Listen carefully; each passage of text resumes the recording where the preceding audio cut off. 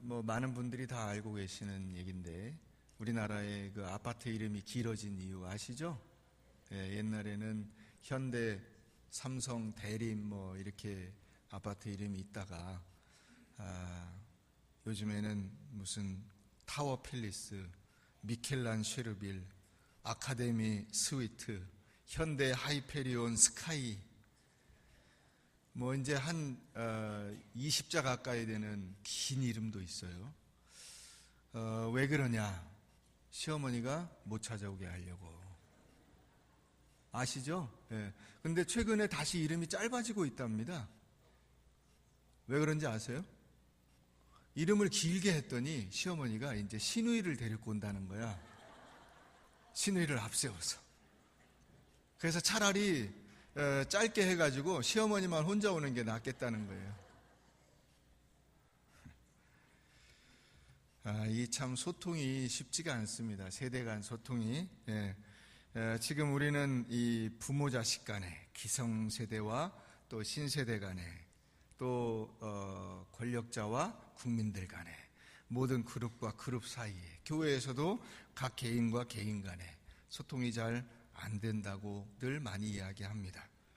그래서 소통이 중요하다는 이야기들을 많이 하지만 사실 소통의 부재를 이야기할 때 허점은 뭐냐면 정작 그 소통의 책임이 다른 사람들에게 지워진다는 거예요. 누구든지 소통이 부족하다고 느끼면 다른 사람 탓할 것이 아니라 내가 먼저 다가가서 소통을 하면 될 터인데 나는 움직이지 않고 다른 사람이 와서 나에게 소통을 해야 된다라는 접근을 하는 경우들이 많이 있다는 것입니다. 오늘 저는 여러분들과 하나님께서 우리에게 주시는 그 은혜를 소통하는 것에 관해서 이야기를 나누려고 합니다. 오늘 여러분 주보 갖고 계시죠? 오늘 말씀 제목이 어떻게 돼요? 한번 따라해 보겠습니다. 먼저 하나님과 소통해야 내 인생이 성공한다. 오늘 이 말씀을 여러분들하고 나누려고 합니다. 먼저 첫 번째로 하나님과의 소통은 우리 각자 인생의 최우선 과제라는 사실입니다. 오늘 35절 말씀 한번 보겠습니다. 새벽 아직도 밝기 전에 예수께서 일어나 나가 한적한 곳으로 가사 거기서 기도하시더니. 새벽이 일찍. 사실 어떻게 보면 새벽이라고도 하기 어려운 너무나 이른 시간에 예수님은 일어나셔서 한적한 곳, 여기 한적한 곳은 어디냐면 광야예요. 다른 사람의 방해를 받지 않는 곳, 그 뜻입니다. 그러니까 여기 한적한 곳은 사람들 때문에 내가 하나님하고 소통하는데 지장이 없는 곳, 거기로 가셔서 기도하셨어요. 이 기도하시다라고 하는 단어가 미완료형으로 써 있습니다. 다시 말하면 기도를 한 번만 한 게 아니고 계속 기도하신 거예요. 매일같이 아침마다 일어나셔서 일찍 광야로 나가셔서 사람들의 방해를 받지 않고 하나님하고 기도하시고 하나님과 소통하셨다 하는 얘기입니다. 많은 사람들이 소통을 언어적인 소통으로만 접근을 합니다. 그러니까 사람하고 대화를 나누고 내 생각을 저 사람하고 나누는 그것에 소통에 초점을 맞추고 있어요. 그건 껍데기예요. 왜 그게 진정한 소통이 아니냐 하는 것을 우리가 성경에서 찾아볼 수가 있어요. 먼저 에덴 동산을 보면 에덴 동산에 아무런 소통의 장애물이 없어요. 그래서 아담과 하와가 소통을 할 수가 있었고 심지어는 그 뱀과도 소통이 가능했어요. 그런데 그 아담과 하와와 뱀이 소통을 아주 원활하게 해서 한 일이 뭐냐? 한 일이 뭐예요? 하나님 앞에 불순종한 거예요. 다시 말하면 인간의 소통이라는 것은 인간 사이에 언어가 오감으로써 그것이 완성되는 것이 아니라는 거죠. 다른 예를 하나 더 볼 수 있어요. 바벨탑. 자, 인간의 범죄 이후에 하나님께서 인간을 처벌하셨는데 인간이 깨닫질 못했어요. 그래서 결국은 하나님이 물 심판으로 노아의 홍수, 다 쓸어버리시고 노아의 가족만 남았어요. 그 다음에 다시 인간이 번성해서 많은 사람들을 이루게 됐는데, 그 모인 사람들이 여전히 언어적으로는 아무 문제가 없었어요. 온 세상의 언어가 하나였다. 그래서 사람들이 의논한 것이 뭐죠? 원활한 소통을 이루어서 그 사람들이 계획한 것은 바벨탑을 쌓는 거예요. 우리가 여기에 이 높은 탑을 쌓아서 하늘에 닿아서 하나님하고 한번 붙어봅시다. 이게 그들이 원활한 소통, 언어 소통을 통해서 계획하고 진행한 일들입니다. 그러니까 이 인간이 인간만의 그 노력과 의지를 가지고 소통한다는 것은 근본적으로 소통의 목적과 방향이 잘못될 수밖에 없다는 것이죠. 그런 점에서 인간의 가장 중요한 과제와 일과는 뭐여야 하느냐? 그것은 바로 하나님과 소통하는 것이어야 한다는 것입니다. 하나님의 뜻을 모르거나 하나님의 뜻을 내 마음대로 곡해하면 거기서 문제가 생기는 거예요. 그래서 인간과 인간의 소통, 즉 내가 다른 사람과 대화를 하느냐 못하느냐, 잘하느냐 못하느냐가 소통의 본질이 아니에요. 소통의 본질은 뭐냐면 인간으로서, 피조물인 인간으로서 창조주인 하나님의 뜻을 아는 거예요. 피조물인 내가 창조주인 하나님의 뜻을 알지 못하고 창조주와 소통하지 못할 때 거기서부터 인간의 소통에 문제가 생깁니다. 그래서 하나님과 소통을 해야 되는데, 하나님과 소통할 때 하나님이 인간에게 주시는 굉장히 큰 선물이 있어요. 그게 뭐냐? 내 인생의 메시지를 주시는 거예요. 한번 따라해 보겠습니다. 하나님과 소통할 때 하나님은 우리 각자에게 인생의 메시지를 주신다. 열왕기상 3장에 가보면 솔로몬이 왕이 됐어요. 왕이 돼가지고 이제 내가 어떻게 왕으로서 백성들을 다스릴 것이냐를 고민을 하게 됩니다. 하나님 앞에 제사를 드리고 하나님 앞에 나갔더니 하나님께서 물으세요. 야, 네가 원하는 게 뭐냐? 그때 솔로몬이 하나님께 이렇게 기도합니다. 누가 주의 이 많은 백성들을 재판할 수 있겠습니까? 듣는 마음을 종에게 주셔서 주의 백성을 재판하여 선악을 분별하게 하옵소서. 듣는 마음을 주십시오 하고 하나님께 기도했어요.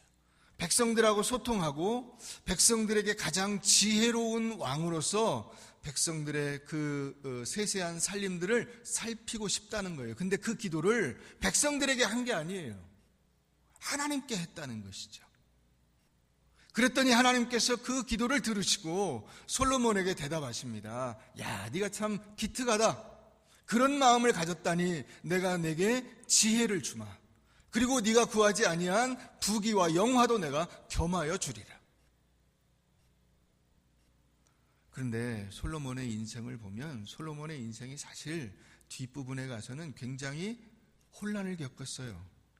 네, 이방 여인들 결혼해가지고 그 이방의 우상들이 왕궁의 안에 들어와서 그 하나님을 섬기는 그 신앙의 본질을 왜곡하고 흔들리게 됩니다. 그럼에도 불구하고 우리는 솔로몬을 이 하나님께서 솔로몬에게 주신 이 인생의 메시지, 이 인생의 메시지로 기억하는 거예요.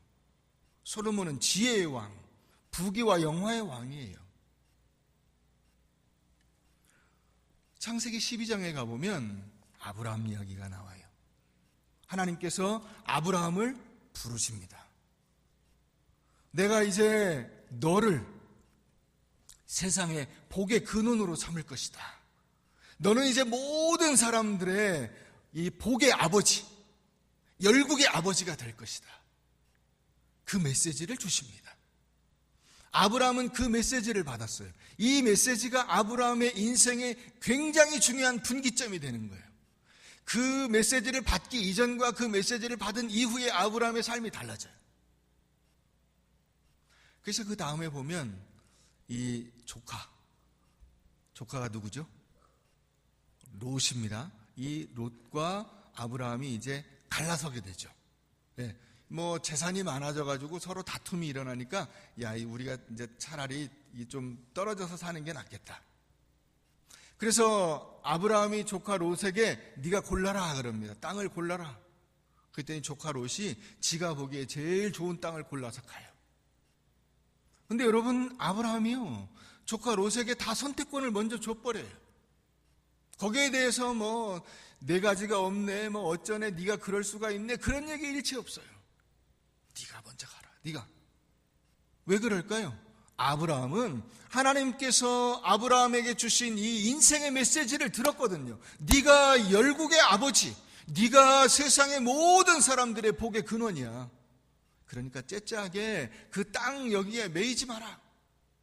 그래서 하나님이 어떻게 하십니까? 롯이 이 소돔과 고모라 땅 골라서 가니까 소돔과 고모라 땅 빼고 나머지 다 네 거. 그 땅 빼고 나머지 다 네 거야. 동서남북을 바라봐라. 네 눈에 보이는 그 모든 땅이 다 네 거다.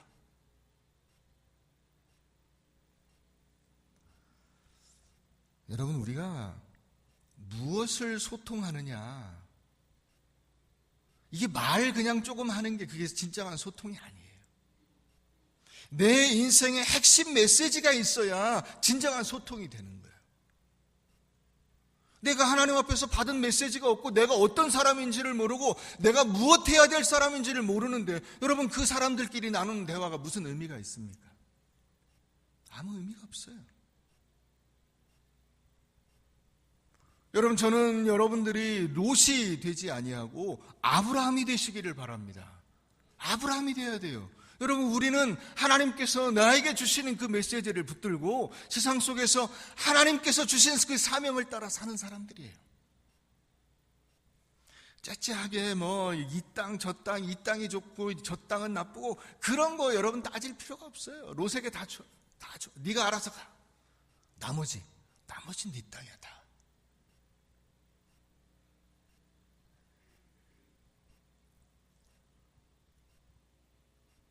여러분, 이 인생의 메시지가 있으니까 내가 뭘 양보해야 될지, 내가 뭘 붙잡아야 될지를 아는 거예요.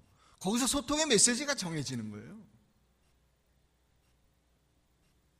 이게 삶의 주도권이에요. 근데 이 핵심 메시지가 없으니까 삶의 주도권이 없어요. 내가 사는데 내 인생을 내 마음대로 못 살아. 다른 사람 얘기 듣고, 다른 사람이 이러면 이쪽으로 가고 저러면 저쪽으로 가고. 두 번째, 하나님의 소통 메시지는 누구냐? 그게 바로 예수 그리스도예요. 하나님의 소통 메시지가 누구예요? 예수 그리스도, 예수 복음이 바로 하나님께서 우리에게 주신 소통의 메시지예요. 오늘 말씀해 보면 이 인생이 그 소통할 필요가 없는 대상들이 누구인가를 예수님께서 보여주세요. 먼저 34절 가보세요. 거기 보면 어떤 존재가 나오나요? 34절. 누구 나오죠? 귀신들이 나옵니다. 귀신들. 예. 예수께서 각종 병이든 많은 사람을 고치시며 많은 귀신을 내쫓으시되 귀신이 자기를 알므로 그 말하는 것을 허락지 아니하시니라. 예수님이 이 귀신에게 예수님이 메시아라고 말하는 것을 허락지 아니하신 이유를 두 가지를 꼽을 수 있겠죠. 하나는 지금은 타이밍이 아니에요. 예수님의 사역 초기잖아요. 사람들이 메시아에 대해서 가지고 있는 그 잘못된 개념들이 아직도 굳건한데 거기다 예수님이 메시아라고 해봤자 소용이 없어요. 그래서 막으신 것이고, 두 번째는 예수님이 메시아라고 하는 이야기를 귀신을 통해서 들을 건 아니죠. 그렇죠? 그래서 예수님이 막으신 거예요. 그러나 어찌됐건 귀신은 예수님의 소통 대상이 아니에요. 다시 말하면 여러분, 우리가 잘못된 영, 잘못된 믿음, 잘못된 신앙을 가진 사람들과 소통하는 것이 우리 인생이 해야 될 일은 아닌 거예요. 또 그 다음에 보면 제자들이 나와요. 36절에 보면 시몬과 및 그와 함께 있는 자들이 예수의 뒤를 따라가 만나서 이르되 모든 사람이 주를 찾나이다. 이 제자들은 영적으로 무지한 존재들이에요. 가서 예수님을 쫓아갔어요. 새벽에. 쫓아가서 뭐라고 하냐? 많은 사람들이, 모든 사람들이 예수를, 당신을 찾습니다. 이게 여러분 어떤 뉘앙스냐면 이런 거예요. 저 많은 사람들이 지금 예수님 찾고 있는데 여기서 뭐 하십니까? 이런 뉘앙스예요. 지금 정신이 없습니다. 지금 예수님 이러고 있을 때가 아닙니다. 가서 사람들 지금 저렇게 몰려오는데 가서 병도 고쳐주시고 그들 이게 어루만져 주시고 보듬어 주시고 인기 있을 때 인기를 확 올려야죠. 여기서 이러고 계십니까? 이런 뉘앙스예요. 그러나 예수님은 사람들이 그렇게 단순히 현실적인 이유로 예수님을 찾아오는 것을 경계하시고 진정한 하나님의 뜻을 그들과 소통하려고 하시는 것인데 제자들은 그것을 알지 못했어요. 또 세 번째 대상이 나오죠. 그거는 모든 사람들이에요. 모든 사람들이 예수님께 찾아오는 이유는 뭐죠? 현실 문제를 해결해 주라고. 현실 문제. 나 병 고쳐주라고, 나 복권 좀 맞게 해주라고, 좀 잘 되게 해주라고, 취직하겠다고, 좋은 대학 들어가겠다고, 내가 사업한 일들이 잘 되게 해달라고, 그거예요. 여러분, 그러나 우리가 세상이 살라는 대로 살면 반드시 실패하게 돼 있어요. 그래서 예수님께서도 이 군중이 예수님을 찾는 목적을 정확히 아시고 새벽 오히려 아직 밝지 않은 그때 한적한 곳에 가서 하나님하고 소통을 하신 거예요. 여러분, 우리는 세상의 소리를 들어야 하는 것이 아니라 가슴의 소리를 들어야 하고 하늘의 소리를 들어야 합니다. 그렇지 않으면 인생이 실패하게 되어 있어요. 많은 사람들이 인터넷에 SNS에 매여 삽니다. 여러분, 이것은 편리한 인간의 도구이지만 그것은 우리의 인간의 정체성, 나의 정체성을 세우는 데는 전혀 도움이 되지 않아요. 요즘에는 이 인터넷이 리얼리티를 넘어서서 하이퍼 리얼리티가 됐어요. 하이퍼 리얼리티. 이게 뭔 얘기냐면 현실을 뛰어넘는 초현실, 만들어낸 현실이 돼요. 그래서 여러분 그런 거 아시죠? 요즘에 이제 그 방송에서 다 이런 거 하고 있죠. 다 이런 거 하고 있어요. 보여주기 위한 현실이에요. 진짜 현실이 아니에요. 그 코미디언 둘이 나와가지고 그 누구지? 김숙 결혼한 것처럼 부부처럼 막 하죠. 그 둘이 부부예요? 아니에요. 우리 결혼했어요. 거기 나오는 애들이 부부예요? 아니에요. 그런데 가짜로 부부를 만들어서 마치 부부인 것처럼 보여주기 위한 쇼를 하는 거예요. 지금은 인터넷이 이렇게 됐어요. 현실을 넘어서서 현실을 아예 그냥 부정하고 자기들이 원하는 만들어낸 현실을 자꾸만 보여주려고 그래요. 그래서 이번에 미국 그 대통령 선거에서는 가짜 뉴스들이 나오기 시작했어요. 가짜 뉴스. 만들어낸 뉴스예요. 사실이 아닌데 마치 사실인 것처럼 뉴스처럼 올려버려요. 거기에 사람들이 속습니다. 이제 앞으로 어떻게 될까요? 소통은 진짜로 자신의 본질, 자기의 가슴 속에 있는 그 이야기, 하고 싶은 이야기를 하는 것이 아니라 사람들에게 보여주기 위한 이야기를 하는 매체가 될 수도 있어요. 이제 어느 누구도 믿지 못하는 거예요, 그러면. 여러분들의 생각은 진정으로 여러분들의 생각입니까? 다른 사람들이 이야기한 걸 듣고 여러분들이 앵무새처럼 되뇌이는 것은 아닌가요?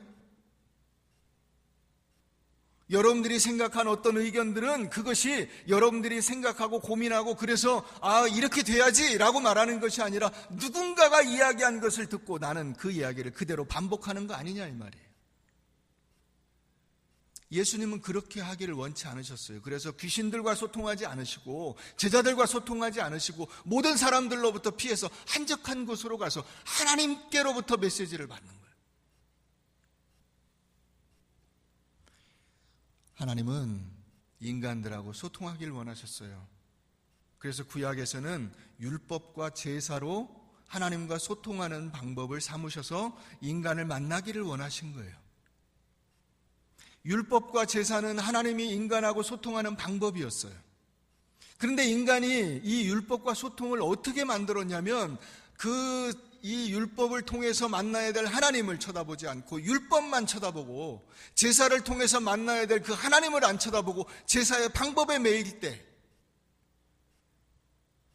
믿음은 형식이 되고 하나님은 저 구석탱이로 밀려나서 인간이 주인공이 되어버리는, 제사를 드리는 자신들이 위대한 존재가 되어버리는, 이 주객이 전도되는 상황이 만들어진 거예요.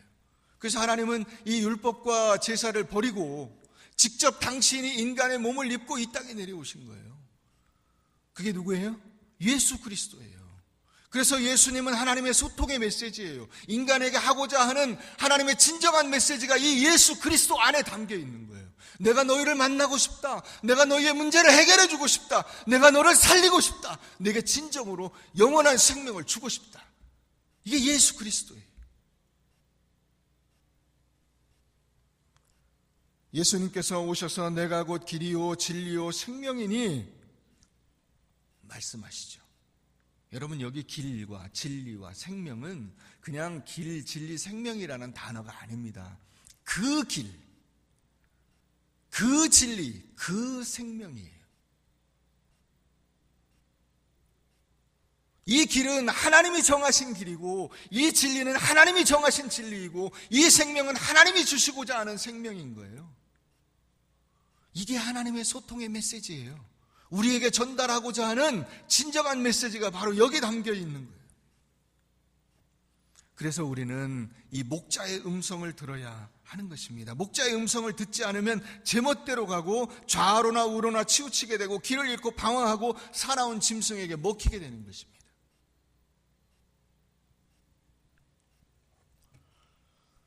자, 그러면 예수 그리스도, 이 예수 그리스도를 소통하면 어떤 일이 일어나느냐? 예수 그리스도를 소통할 때 비로소 인간의 복지가 이루어지는 것입니다. 예수 그리스도를 소통할 때 비로소 인간 개혁이 이루어지는 거예요. 오늘 말씀에 보면 예수님께서 이 베드로의 장모를 고쳐주시고 수많은 병자들을 고쳐주시고 모든 병자와 귀신 들린 자들을 고쳐주시고 새롭게 해주십니다.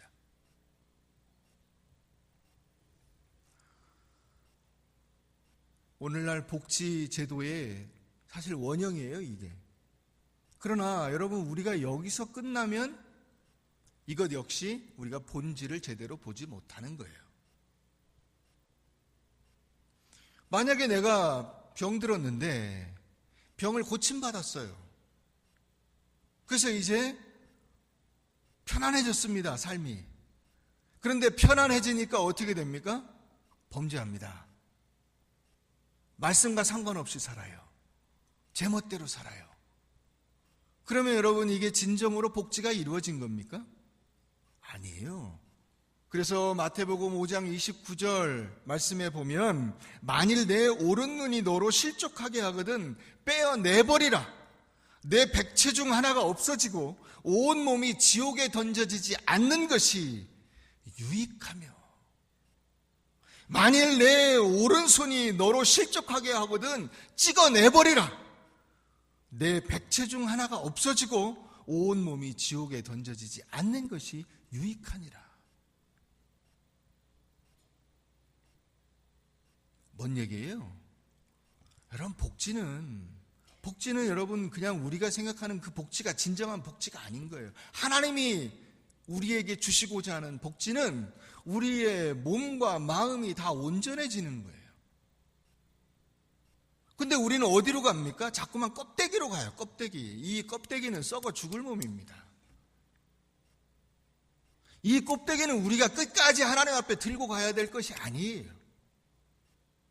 그래서 예수님께서 사람들의 몸을 고쳐주시고 사람들의 질병을 고쳐주시고 사람들의 마음을 고쳐주시기는 하지만은 그것으로 영원히 가리라 말씀하시지 않으셨어요.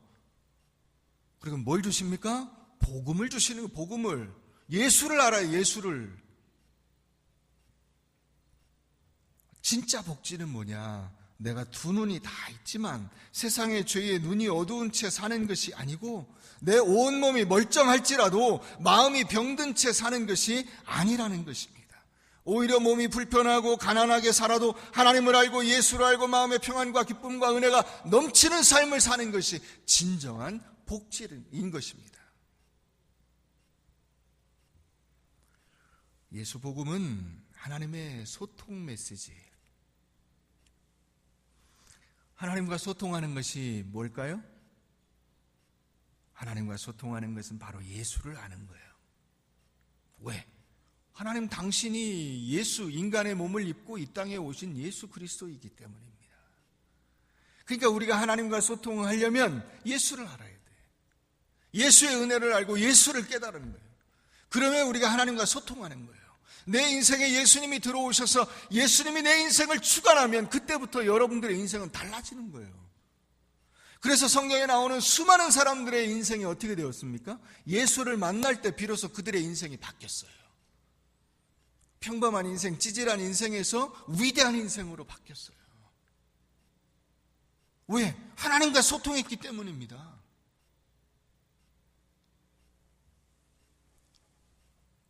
여러분, 우리가 이번에 오늘 광고에서도 나왔지만은 그 바이블 라이프 2월호 나왔습니다. 우리가 이 바이블 라이프를 만든 이유가 무엇이냐? 바로 하나님의 음성을 듣기 위해서인 거예요. 하나님의 음성을 듣고 내가 거기에 반응하는 이 영적인 소통이 이루어져야 되는, 이 영적인 소통이 이루어질 때 인간에게 비로소 지혜와 능력이 임하게 되는 것입니다. 믿으십니까? 아멘. 할렐루야. 이거예요. 매일매일 여러분 그 말씀을 읽고 묵상하세요. 그게 여러분들에게 주시는 하나님의 메시지예요.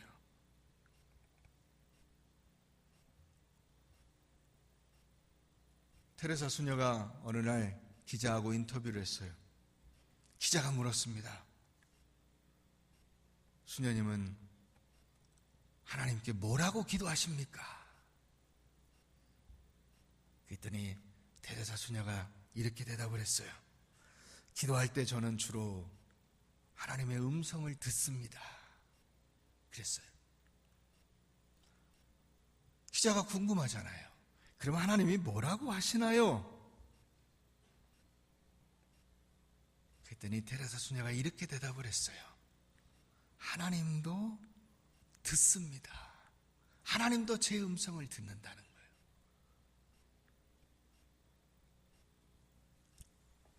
제가 오늘 여러분들에게 영문 하나를 소개해 드리려고 해요.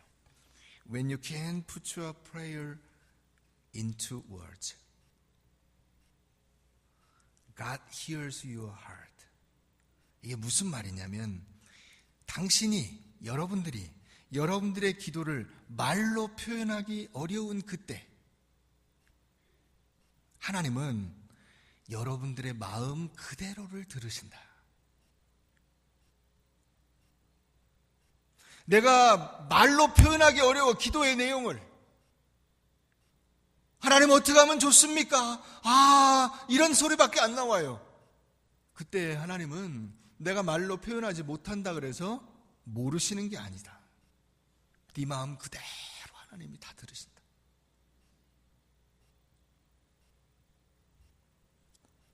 여러분, 과거에 이 새벽기도는 농경시대, 목축시대의 산물입니다. 농경시대, 목축시대는 해 뜨면 일어나고 해 지면 자는 거예요. 그래서 여러분 기억나시죠? 어렸을 때 여러분들의 부모님, 여러분들의 할아버지, 동네 어른들이 몇 시에 일어났어요? 4시, 5시에 일어났어요. 그래서 식전에 벌써 한나절 일을 해요. 그리고 아침밥을 먹고 일을 합니다. 그러니까 배고프니까 또 새참 먹고, 점심 먹고, 새참 먹고, 저녁 먹고 하죠. 그리고는 해지면 자는 거예요. 예수님 당시도 마찬가지였어요.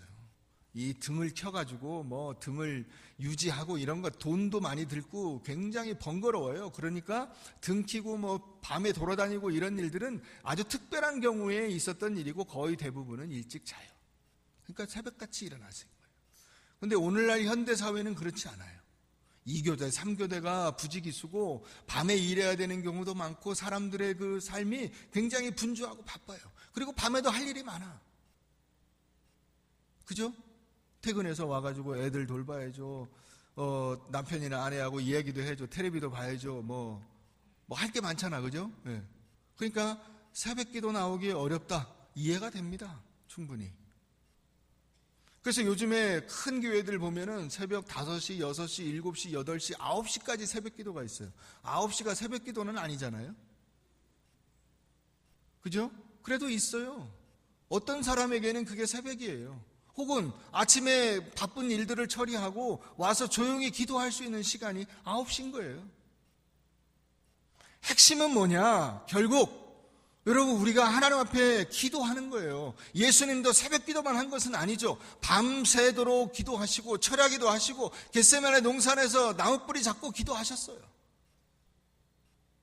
다시 말하면 시간이 중요한 것이 아닙니다. 새벽 기도하면 좋지만 새벽 기도 아니라도 좋아요. 아침 먹고 점심 먹고 저녁 먹고 아무 때나 괜찮아요. 고정적으로 하나님 앞에 나와서 기도하세요.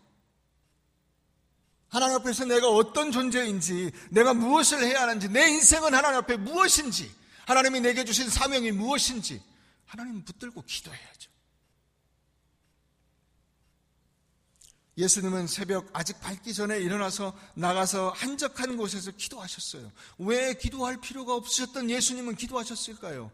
예수님은 하나님 본체, 당신 자신인데 왜 기도하셨을까요? 그럼에도 불구하고 예수 그리스도의 능력은 하나님과의 소통, 즉 기도를 통해서 하나님의 뜻을 확인함으로써 거기서부터 오는 거예요. 예수님이 겟세마네 동산에서 기도하시죠. 주여, 내 뜻대로 마옵시고 아버지의 원대로 되기를 원하나이다.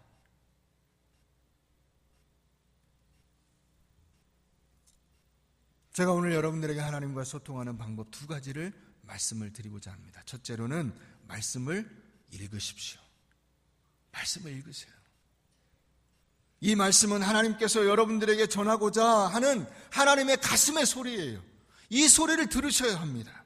이 소리를 들어야만 하늘의 음성을 알고, 그래서 하나님의 뜻과 음성을 알아야만 세상의 소리를 바르게 들을 수가 있어요. 그렇지 않으면 인간이 인간의 소리를 듣는 것은 내 인생의 목적과 삶에 부합된 삶을 사는데 전혀 도움이 되지 않습니다. 매일 여러분 바이블 라이프 들으시고 읽고 묵상하고 그 말씀을 새겨 실천하는 사람이 되시기를 바랍니다. 하나님의 말씀으로 돌아가십시오. 늦지 않았어요. 목사님, 내 나이가 몇인지 아십니까? 여러분, 아브라함이 75세에 부름받았어요. 모세가 80세에 하나님의 부름을 받았습니다. 갈렙이 80이 넘어서 내가 예전이나 지금이나 강건합니다. 내게 저 산지를 주십시오라고 외치지 않습니까? 이 말씀이 여러분들의 삶을 새롭게 할 줄 믿으시기 바랍니다. 2번째는 기도하십시오. 예수님처럼 새벽에 기도하면 가장 좋습니다. 그러나 새벽이 아니라도 상관없어요. 아침도 좋고 점심도 좋고 저녁도 좋아요. 틈나는 대로 기도하세요. 어느 때든지 상관없어요. 기도하세요. 하늘의 음성을 들으세요. 하늘의 음성. 세상의 음성을 들으려고 하지 말고 주님의 음성을 들으세요. 하나님이 내게 뭐라고 말씀하시는지를 들으세요.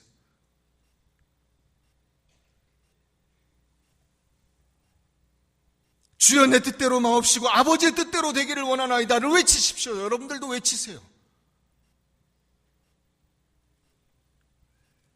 그때 막혔던 길이 열리게 될 것입니다. 보이지 않던 길이 보이게 될 것입니다. 여러분, 세상의 소리는 그만 들어도 상관없어요. 안 들어도 돼요. 세상의 소리가 없어서 내 길이 안 열리는 것이 아닙니다. 오히려 세상의 소리 때문에 내 길이 혼란스럽고 어디로 가야 할지를 알지 못하는 경우가 훨씬 더 많이 있어요. 주님의 음성을 들으세요. 하나님이 내게 주시는 세미한 음성을 들으세요. 그때 여러분들의 길이 열리는 거예요. 그때 여러분들의 길이 보이는 거예요. 내가 어디로 가야 할지가 보이는 거예요. 그것이 여러분들의 인생의 정답이에요. 그 길이 좁은 길이라 할지라도 그것은 하나님이 여러분들과 동행하는 길임을 믿으시기를 바랍니다. 여러분, 그러므로 내 인생의 핵심 메시지를 받아서 사세요. 남의 얘기 듣지 마시고 하나님이 내게 주시는 하나님의 메시지를 받아서 그 메시지를 붙들고 사세요. 그게 여러분들의 인생을 살리는 길이에요. 나도 솔로몬처럼, 아브라함처럼, 예수님처럼 하나님과 소통하며 하나님께 쓰임받는 멋진 인생을 살자 다짐하시기를 주의 이름으로 축원합니다.